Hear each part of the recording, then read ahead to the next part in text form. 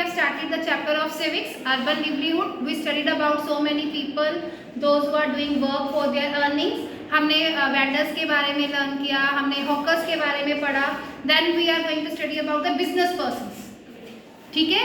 सो जो दो गर्ल्स थी they were also talking about कि it's not easy to run the business, they need to advertise.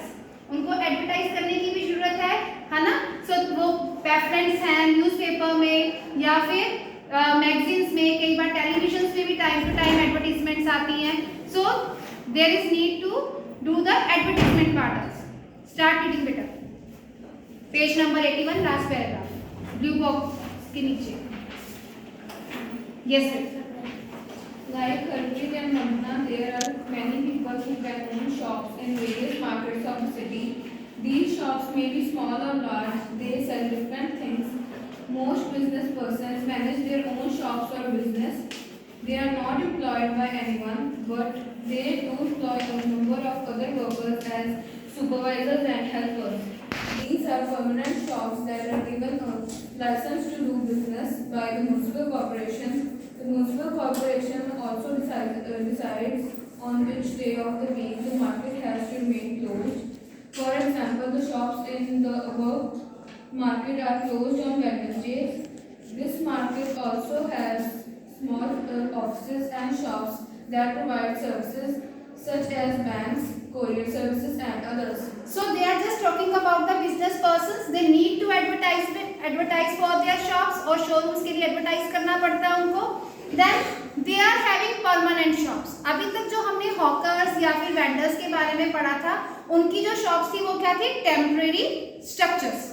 और उनके पास जो सामान भी होता है, whatever material they are selling, that is not of a good quality. Branded नहीं होता. whenever you want to purchase any branded thing, कहाँ जाते हो आप? शोरूम्स में जाते हो, है ना, मॉल्स में जाते हो. so they are having permanent shops and they have to hire some people to work under them. they are known as workers. वो उनके employees हैं. क्या हैं? employees. अब ये कैसे वर्क करेंगे?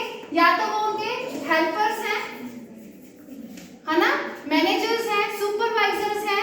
ठीक है. तो these people are the employees. ठीक है. the next thing is they need to take the license from the municipal corporation. Licence भी लेना पड़ेगा. और म्यूनिसिपल कॉर्पोरेशन also decide कि once in a week that market and that shops will be closed. यहाँ पे कहा है Wednesday. यहाँ पे जो मार्केट उन्होंने बात की है, for example the shops in the above markets are closed on Wednesdays. Wednesday को बंद रखी है. If we talk about Phagwara, कुछ एरियाज में संडे को क्लोज होती हैं शॉप्स, कुछ एरिया में मंडे को शॉप्स क्लोज रखी होती हैं. So they decided mutual. Municipal corporation भी डिसाइड कर देती है कि 7 days इन अ वीक नहीं, 6 days इन अ वीक और एक दिन शॉप्स बंद रहेंगी. नाउ द नेक्स्ट इज, इसमें जो मार्केट्स हैं there are not only shops, वहां पे बैंक्स भी हैं, कोरियर सर्विसेज भी हैं, ऑफिसेज भी हैं. इट्स नॉट ओनली कि वहां पे सिर्फ शॉप्स ही शॉप्स है मार्केट में. आपने देखा होगा वहां पे बैंक्स भी होते हैं, कई बार कोरियर सर्विसेज के ऑफिसेज भी होते हैं, कोई छोटे छोटे और ऑफिसेज भी वहां पे ओपन होते हैं. अब नेक्स्ट, अब ये दोनों गर्ल मार्केट से अब इन्होंने जाना है फैक्ट्री एरिया में. कहाँ जाएंगी ये? Factory area. ठीक है. That we are going to read next.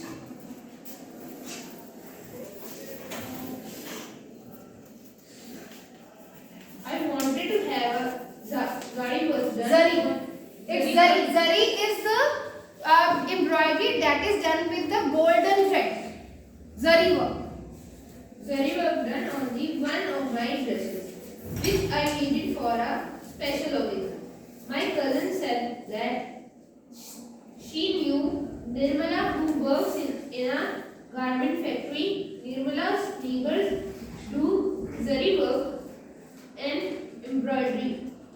So we caught a bus and headed towards the factory area. Now the next is in the factory और workshop area. अब जो ये गर्ल्स है कहाँ पे आ गई हैं? फैक्ट्री एरिया में, वर्कशॉप एरियाज में. I wanted to have zari work done on one of my dresses which I needed for a special occasion. अब उसने अपनी ड्रेस पे कुछ एम्ब्रॉयडरी का काम करवाना है, जरी वर्क करवाना है. So my cousin said that she knew Nirmala. एक लेडी को जानती है, her name is Nirmala, who works in the garment factory. Nirmala's neighbor do zari work and embroidery. So we caught a bus and headed towards the factory area. Market पहुंचने के लिए उन्होंने कौन सा ट्रांसपोर्ट यूज किया था? मार्केट पहुंचने के लिए रिक्शा, दे हायर रिक्शा। अब उन्होंने कहाँ जाना है? Factory place. उसके लिए उन्होंने क्या मींस ऑफ ट्रांसपोर्ट यूज किया है? बस। The bus was really crowded. At every stop, more and more people got on and hardly anyone seemed to get off. People were pushing others to make more space for themselves. My cousin guided me to a corner so that we would not get squashed. मतलब जो वो बस है, that bus was totally overcrowded. इतनी ज़्यादा उसमें rush था कि हर एक स्टॉपेज से जो लोग थे उसमें चढ़ रहे थे और उनको लगा कि ऐसा ना हो कि मतलब इतना रश है कि हम बीच में दब जाए, स्क्वैश हो जाए, तो वो कहते हैं हम एक कॉर्नर पे खड़े हो जाते हैं जाके। Then I wonder how people travel like this every day. As the bus entered the factory area, people started getting off. We also got off soon at crossing. What a relief it was. जैसे ही factory area आता है सभी लोग नीचे उतरना शुरू कर देते हैं और हम भी वहाँ पे क्रॉसिंग पे उतर जाते हैं। So we also felt very relieved. अभी वो फैक्ट्री के अंदर नहीं गए, उससे पहले भी वो कुछ चीज को ऑब्जर्व करेंगे, that we are going to see. इसमें आपका आएगा define, that is labour Chowk. Labour Chowk. There were a large number of people sitting on railings or in groups at the crossing. उस क्रॉसिंग पे कुछ लोग बैठे हुए हैं रेलिंग्स पे। They seemed to be waiting for someone. Some groups had people on scooters standing by and talking with them.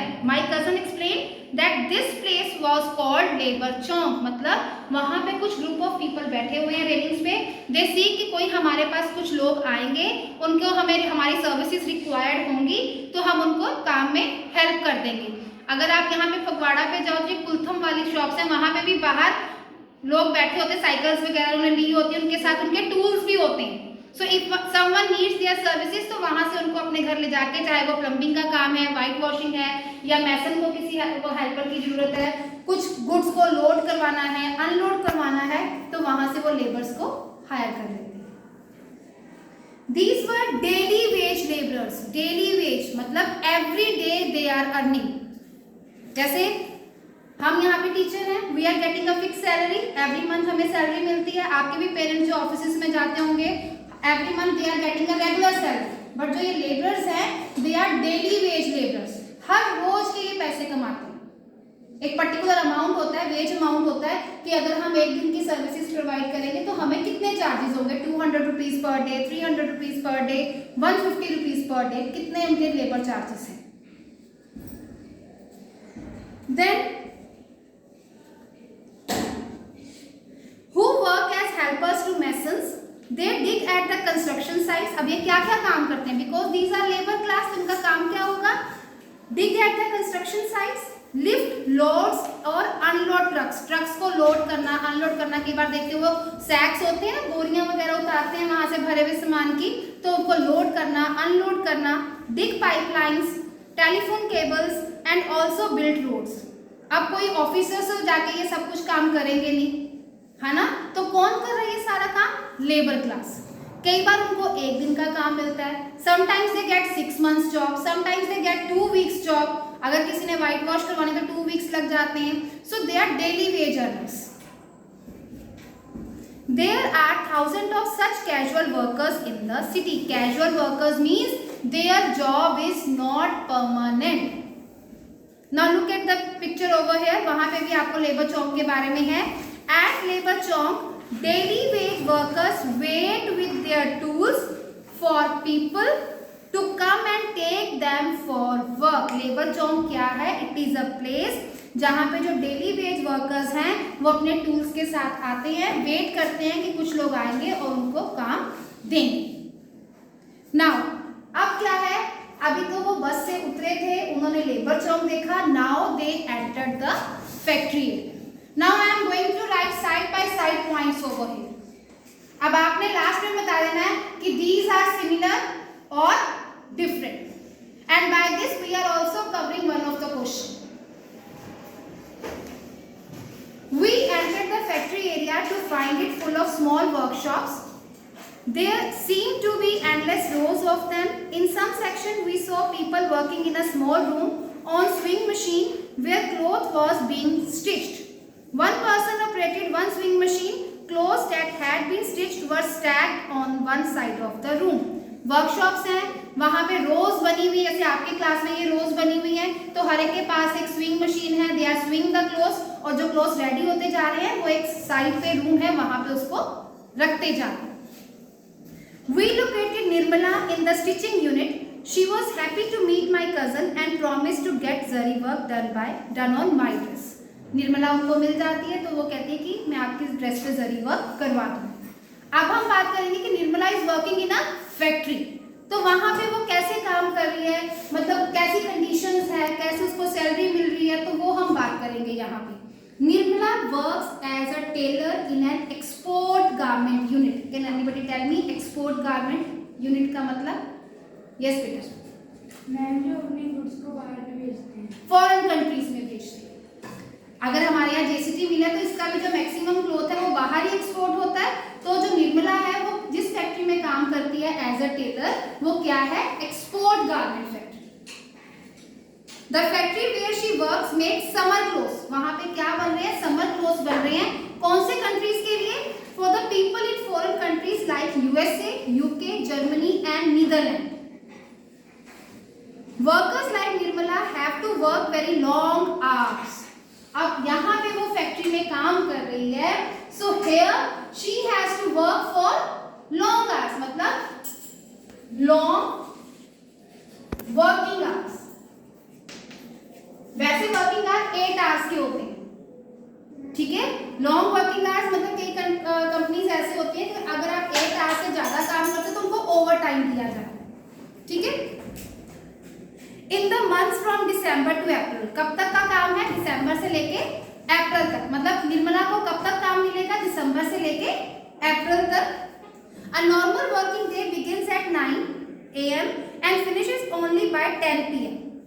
मतलब more than 8 hours she is working, 12 to 13 hours she is working, ठीक है. तो उसको कैसे पे हो रही है, उसको कैसे उसको सैलरी मिल रही है या उसको वेजेस कैसे मिल रहे हैं?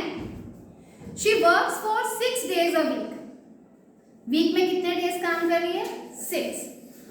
Then at times when the work needs to be done urgently she works on Sundays too. It means no holidays. अगर काम ज्यादा है, अर्जेंटली रिक्वायर्ड है, she even not having holidays. उसको संडे की भी छुट्टी नहीं है. Then Nirmala is paid ₹10 a day for 8 hours. 8 hours के लिए उसको कितने मिल रहे हैं? 80 rupees. मतलब पर आवर के 10 rupees हो गए and 40 extra for working late. 8 hours से जो वो एक्स्ट्रा काम 4 घंटे ज्यादा काम कर रही है, for that she is getting 40 rupees. By June the work is over and the factory reduces its staff. April तक रिक्वायर्ड है, जून तक आते आते उनको वो कंपनी में वर्कर्स नहीं चाहिए, तो वो कह देते हैं tata bye bye, your services are not required. Next time फिर से जब सीजन स्टार्ट होगा दिसंबर में, तब हम आपकी सर्विसेज को दोबारा से ले लेंगे. Then for about 3 or 4 months in a year there is no work for her. Now you can take the example of Fagwada. We are having sugar mill. ये 6 months के लिए वर्किंग है, अक्टूबर टू अप्रैल, ठीक है. बाकी 6 months ये बंद रहती है, तो उस टाइम पे वो लेबरर्स कहाँ जाते हैं बेटा? It means they have to search some other work. उनका जो वर्क क्या हुआ? That work is not permanent. Job security नहीं है. कई बार होता है कि कई बार आपको लगता है आप किसी कंप्लेंट करते हो या आप वहां पे जो कंडीशंस हैं उससे सेटिस्फाई नहीं हो, तो वो आपको इजीली कह सकते हैं you can leave the job. So in the factory their job is not permanent, not permanent job, और जो जॉब है भी उसकी सिक्योरिटी नहीं, not having any no job security. किसी भी टाइम आपको कहा जा सकता है your services are not required.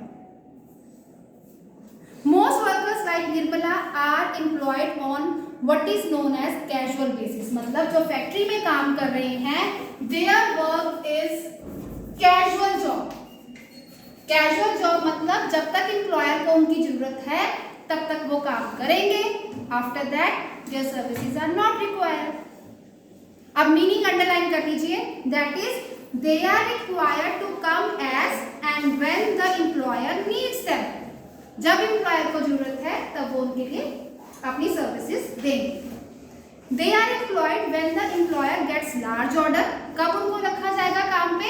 जब एम्प्लॉयर को बहुत बड़ा ऑर्डर मिला होगा, और ड्यूरिंग सर्टेन सीजन्स, जैसे मैंने अभी आपको शुगर मिल का एग्जांपल दिया, ठीक है। At other times of the year they have to find some other work. जब तक फैक्ट्री में काम मिला तब किया। अब निर्मला का क्या था कि अप्रैल तक उसको काम मिला है, उसके बाद she has to search for some other work. Jobs like Nirmala are not permanent, मतलब जो उनकी जॉब्स हैं not permanent, they are casual workers, temporary jobs हैं उनकी। If workers complaint about their pay, अगर वो पैसों के लिए कंप्लेंट करते हैं कि हमें पैसे मतलब ठीक नहीं मिल रहे, जितना आपने डिसाइड किया था उससे कम मिल रहे हैं, और working conditions they are asked to leave, या कहते हैं कि जो आपकी वर्किंग कंडीशन है, लाइट नहीं अच्छे से आ रही, वेंटिलेशन नहीं है, एयर क्रॉसिंग नहीं है, so it means factory workers को एक और प्रॉब्लम है, no proper working condition. So if they face any of the problem, अगर वो कंप्लेंट करते हैं तो उनको जॉब से निकाल दिया जाए। It means no job security. So they are asked to leave. So there is no job security or protection if there is ill treatment. They are also expected to work for very long hours. मतलब जो factory में काम कर रहे हैं, their working hours are not fixed. They have to work for long hours. For example, in the cloth mill units, the workers work on day and night shifts. With each shift lasting 12 hours, one worker works on the machine for 12 hours, then is replaced by another by the same machine for the next 12 hours. Average जो है वो 8 hours की working है। जो extra जो 4 hours कर रहे हैं, that is their overtime. अगर आप जेसीटी मिल का देखो तो every 8 hours में वो shift change होती जाती है। कुछ लोग 7 बजे जाते हैं, 7 अगर आप स्कूल आते हो तो उस टाइम पे भी वो जेसीटी मिल में एंटर करते हैं। कुछ की आफ्टरनून की शिफ्ट होती है, कुछ की नाइट की शिफ्ट होती है। इतनी जो जेसीटी मिल है ये 24 घंटे चलती है, 24 आवर्स, तो वो शिफ्ट्स में काम करते हैं।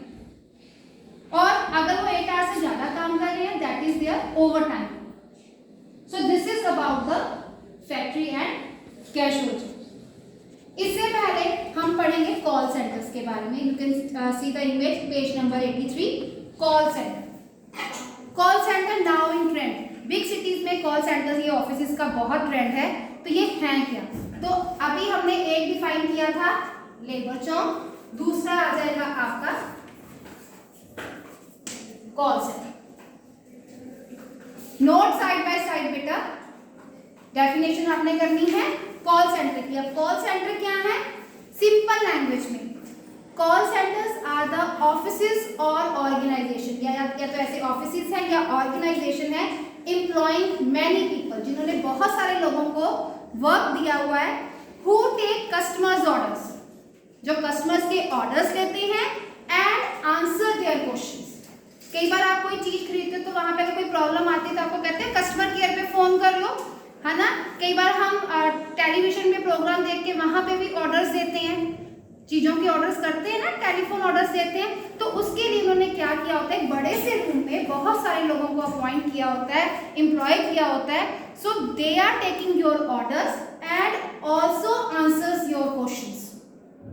उन्हें कहते हैं कॉल सेंटर्स। ठीक है, now I am going to read from the book.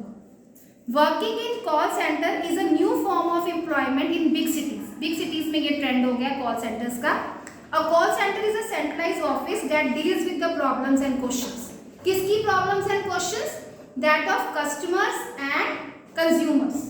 जो भी कोई प्रोडक्ट्स खरीद रहे हैं, उनको कोई प्रॉब्लम आ रही है या उन्होंने कोई प्रोडक्ट खरीदना है तो वो वहां पे कॉल करते हैं। Have regarding goods purchased and services like banking, ticket booking, etc. अब call centers क्या है?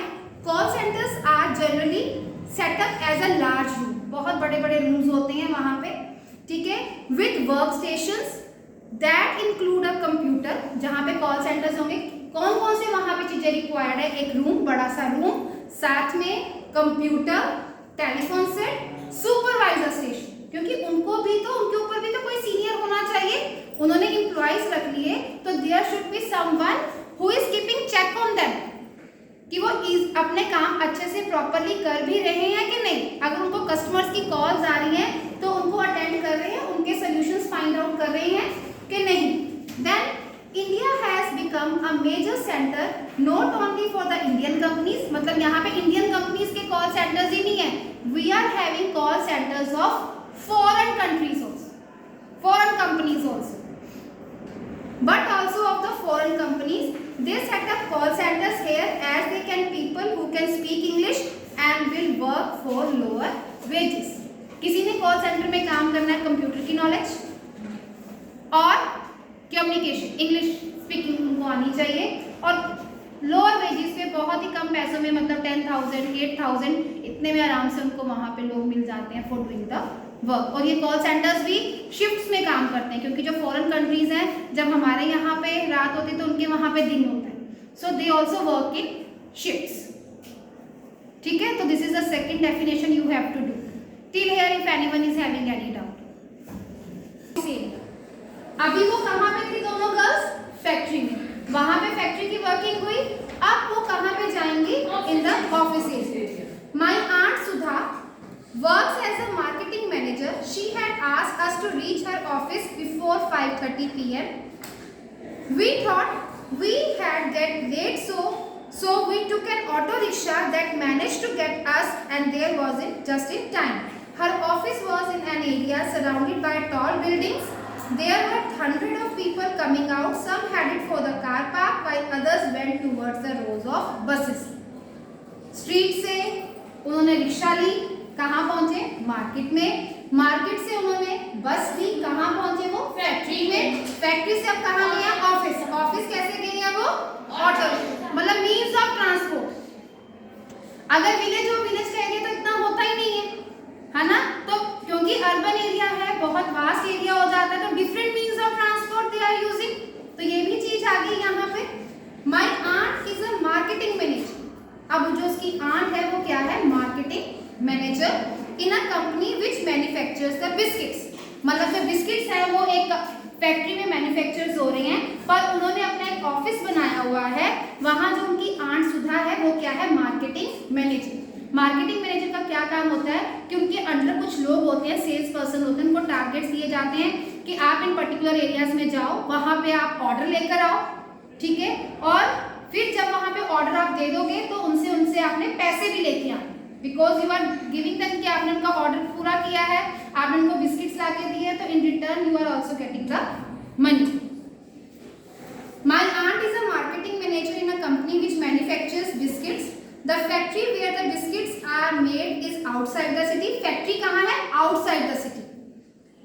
She supervised the work of 50 sales person. उसके अंडर कितने सेल्स पर्सन काम करते हैं? 50 who travel to different parts. उन सेल्स पर्सन का काम क्या है?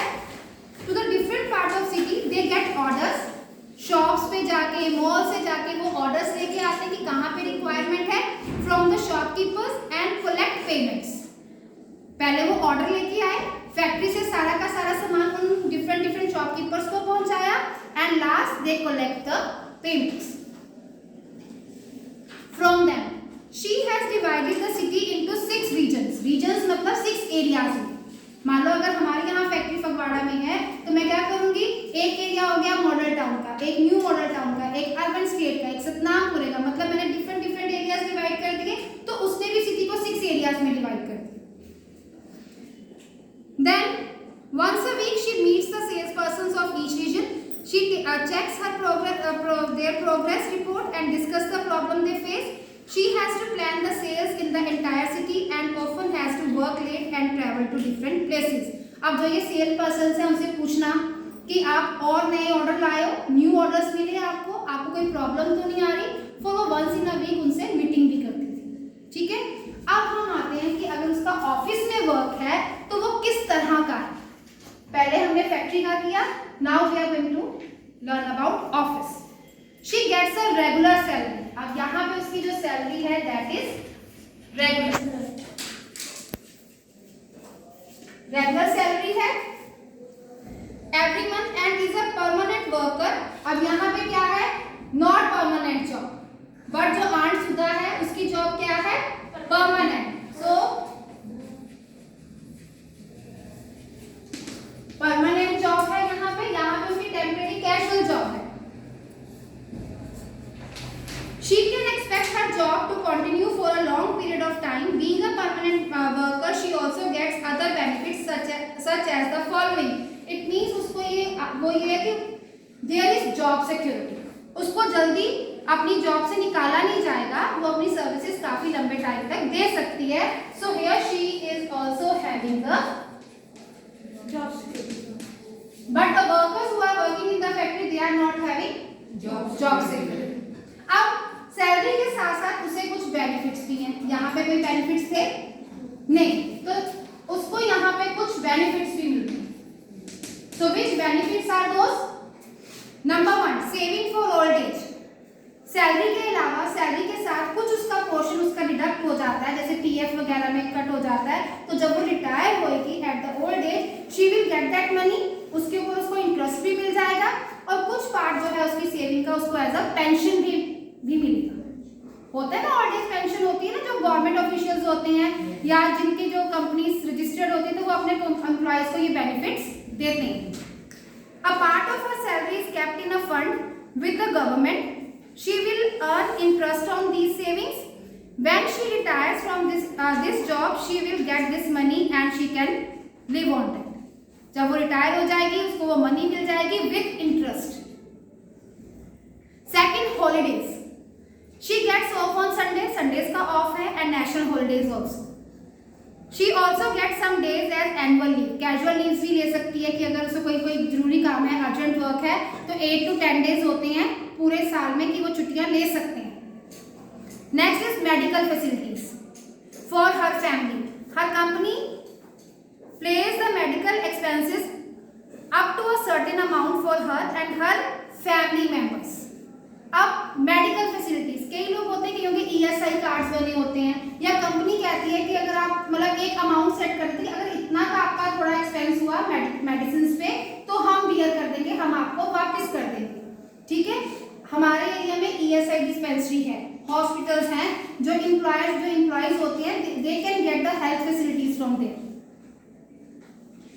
She gets medical leaves. अगर वो बीमार पड़ेगी तो उसको मेडिकल लीव. एक हो गई उसकी एनुअल लीव, अगर कोई जरूरी काम है तब भी वो लीव ले सकती है. एक हो गई medical, if she falls ill तब भी उसकी सैलरी नहीं कटेगी. ठीक है, so her salary is not cut if she takes her leave. There are many workers in the city who work in offices. Offices में काम कर रहे हैं, फैक्ट्रीज में, गवर्नमेंट डिपार्टमेंट्स में, where they are employed as regular and permanent. कई ऐसे places हैं, गवर्नमेंट ऑफिसेस हैं, फैक्ट्रीज हैं, जहाँ पे जो लोग हैं they are working as a permanent workers. Their jobs are permanent. They are getting regular salary और उनके working hours भी fixed हैं. Working hours are fixed. Fix working hours हैं उनके. ठीक है, they attend the same office और the factory regularly. Their work is clearly identified. They get a regular salary मिल रही है उनको. Unlike casual workers, they will not be asked to leave. जैसे कैजुअल वर्कर्स को कभी भी उनको कहा जा सकता है, उनको कोई प्रॉब्लम है, कोई कंप्लेंट है, then they are supposed to leave their job. उनको कहा जाता है कि आप जॉब लीव कर सकते हो. या जब वो उनकी सर्विसेज नहीं required, then they also going to leave the job. पर परमानेंट में ऐसा नहीं है.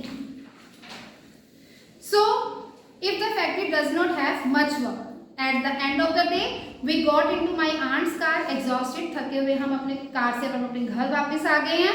But it had been so much fun and I thought how interesting that so many people do so many different things in the city. They have probably never met each other, but it is their work that ties them together and helps to make up city life. मतलब city में हम कितने सारे helpers हैं, हर एक दूसरे के साथ, मतलब कोई किसी से मिला नहीं है, but somewhere how they are joined with each other, interlinked with each other.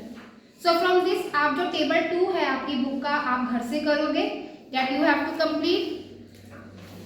Question number 3 we have already done. In what ways is a permanent and regular job different from a casual job?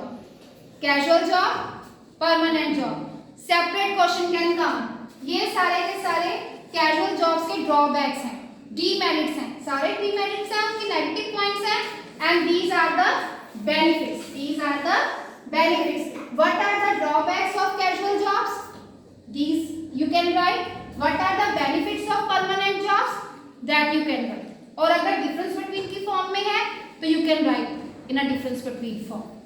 Next question है, what benefit does Sudha get along with her salary? Now only we discussed how many benefits? 3.